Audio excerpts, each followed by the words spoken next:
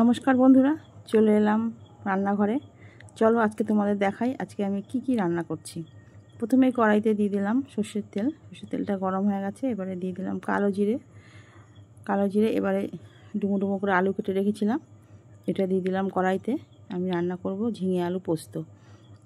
আলুর মধ্যে একটু লবণ দিয়ে দিলাম, একবারই লবণটা দিয়ে দিলাম। তারপরে আলুটাকে একটু ভেজে নিচ্ছি একটু লাল লাল করে। তারপরে দিয়ে দেবো ঝিঙেগুলো। ঝিঙে আলুটা ভালো করে নাড়াচাড়া করে এবারে একটু ঢেকে দেবো, গ্যাসটা কমিয়ে একটু ঢেকে দেবো যাতে ঝিঙেটা সিদ্ধ হয়ে যায়, কারণ আমি জল দেব না। আর ঝিঙে দিয়ে যে জল বেরিয়েছে সেটাতে আমার আলু ঝিঙে সিদ্ধ হয়ে গেছে। এবার পোস্ত আর কাঁচা লঙ্কা বেটে রেখেছিলাম সেটা এখন দিয়ে দিলাম। আর দিয়ে দেবো একটু মিষ্টি, যেহেতু আমি মিষ্টি খাই আর ঝিঙে আলু পোস্ততে একটু মিষ্টি দিতেই হয়, নাহলে কিন্তু স্বাদটা আসে না। হ্যাঁ, আর আমি মিষ্টি ছাড়া আমার কাছে ভালো লাগে না খেতে, তাই আমি দিয়ে দিলাম মিষ্টি। আর একটু নামানোর আগে সর্ষের তেল দিয়ে দিচ্ছি। এটা কিন্তু একদম খাঁটি ঘানি সর্ষের তেল নিয়ে এসছে আমাদের। যাই হোক, ঝিঙে আলু পোস্ত হয়ে গেছে। এই দেখো আমি একদম মাখা মাখা শুকনো শুকনো করে করেছি। এরপরে কড়াইতে আবার তেল দিয়ে দিলাম শুকনো লঙ্কা, তেজপাতা, জিরে ফোড়ন।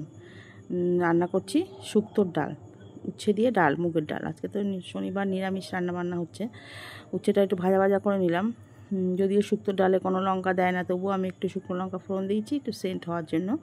এবার ডালটা আগেই ভেজে আমি প্রেসার কুকারে একটা সিটি দিয়ে রেখে দিয়েছিলাম। লবণ, হলুদ, একটু মিষ্টি সবই দিয়ে দিলাম। একটু আদা বাটাও দিয়েছি, সেটা তো আমাদের দেখানো হয়নি যেহেতু তেঁতুর ডাল। একটু আদা বাটা দিলে সেন্টটা ভালো আসে।